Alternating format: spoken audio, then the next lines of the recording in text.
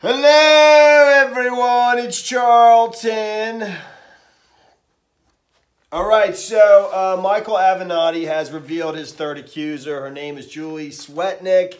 She is, I believe she's presently an employee at the U.S. Treasury, but she's had security clearance at a couple different places, the U.S. Mint, and maybe even the IRS. I don't know, it's not really important, but by that, she's been vetted, I guess, by the government at different stages in her career. So, and she grew up with Kavanaugh, even though she didn't go to the same high school. I think she went to a public high school. I forget the name. It's a very lengthy statement that he posted on his Twitter feed. It's, I guess, an affidavit or something like that, a declaration page that is done, sworn under penalty of perjury. Basically, according to Rush Limbaugh, I just learned, and this goes for the same witnesses that, have provided statements to the Senate Judiciary Committee, that when they do that, they haven't committed any offense. That basically, until they testify and swear under oath and say something, then it becomes perjury. So saying that really isn't that big a deal, and that goes for the people that are basically denying anything ever happened in a written affidavit or sworn, under the penalty of perjury, whatever. Same thing. All right, so what does she say? It's really long, and I'm going to paraphrase. I just have notes. I'm not home, so I can't read from the actual statement. But the main thing comes at the very end. Basically, where she gets to, she knew she was introduced to him in 1980, 1981, then in the summer or over in 1982 and 83, I think 2 years later. She attended nearly 10 different parties where there's heavy drinking. She observed behavior of his that, she goes through in very non-specific terms. And before I read this, Michael Avenatti actually, I think, phoned in to The View. I think he was on the phone and was talking to the various persons on that.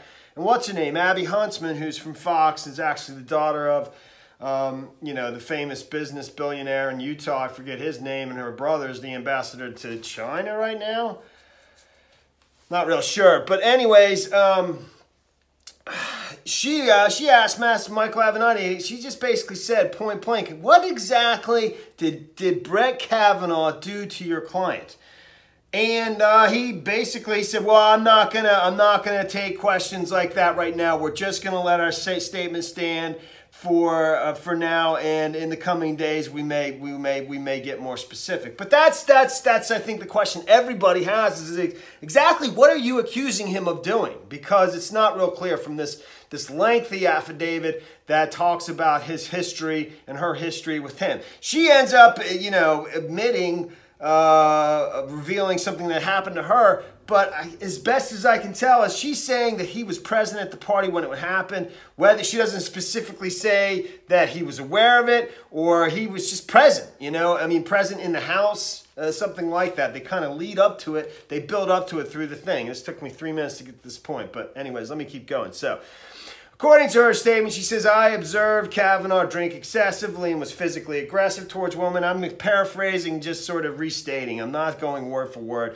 And the number of things she listed of him was pressing girls against him, grinding against girls, attempting to remove or shift girls' clothing to reveal parts of their body. He was verbally abusive, crude sexual comments. This is talking about Mark Judge and Kavanaugh and others. That's how she pretty much, refers to the matter. She refers to it about Mark Judge, Brett Kavanaugh, and others, just fairly repeatedly throughout the statement.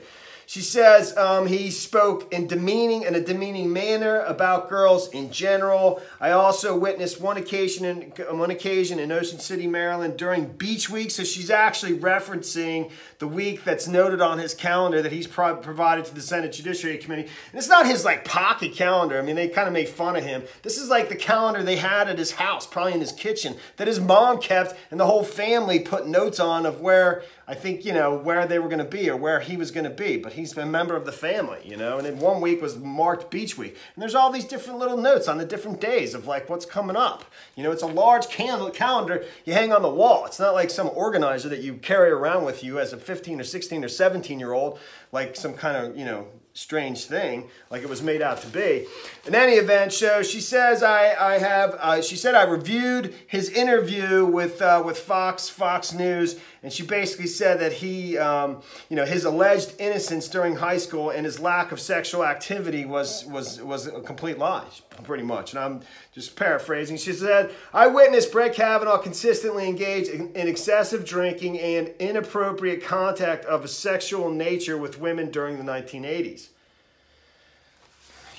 Still, let's just keep going. So it goes on to say in 1981, 1982, I became aware of efforts by Mark Judge and Brett Kavanaugh and others, okay, to spike the punch at house parties I attended with drugs and or grain alcohol so as to cause girls to lose their inhibitions and the ability to say no. I witnessed efforts by Judge and Kavanaugh and others to target particular girls that were vulnerable or shy or alone at the parties. She goes on to say, I also they caused girls to become inebriated. Kavanaugh, Judge, and others caused girls to become inebriated and disoriented so they could then be gang raped in a side room or bedroom by a train of numerous boys. I have firm recollection of seeing boys lined up outside rooms at many of these parties waiting for their turn with a girl inside the room. These boys included Mark Judge and Brett Kavanaugh. So, again, it's like she's saying I guess that, that these things happened at these parties, and she saw boys lined up outside of bedrooms, that she's saying inside a woman was being raped, and guys were taking their turn going in and out of there, and they were in line, and these boys included Kavanaugh and Judge. And again, it's just extremely carefully crafted, very lawyerly-like, to basically not specifically state what exactly are you accusing this person of, in my opinion. So let me continue.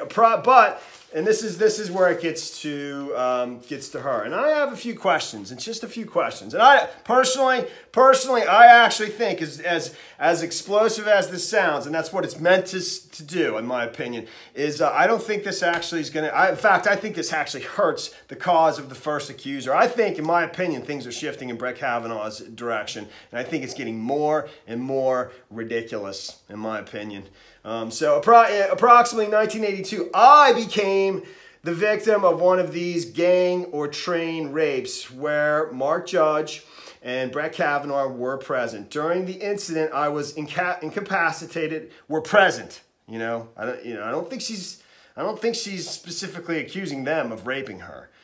So during the incident, I was incapacitated without my consent and unable to fight off the boys raping me. I believe I was drugged using Quaaludes or something similar that was placed in what I was drinking.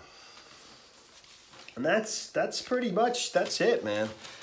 All right, well, my, obviously I kind of commented throughout, and the non-specific nature of the entire, whatever it is, affidavit, is what it is. And my one question I do have is there and I mean who was raping her? Basically, if you're I'm curious, are you naming the people that were raping you? And if you're not, why are you protecting the people that were raping you but naming people that were supposedly present at the house, or present? We don't know what present means. And now I'm leaving it there. And that's the end of this video. Thanks for watching my videos. Please subscribe to my channel. Give me a like down below, and I will see you in the next video.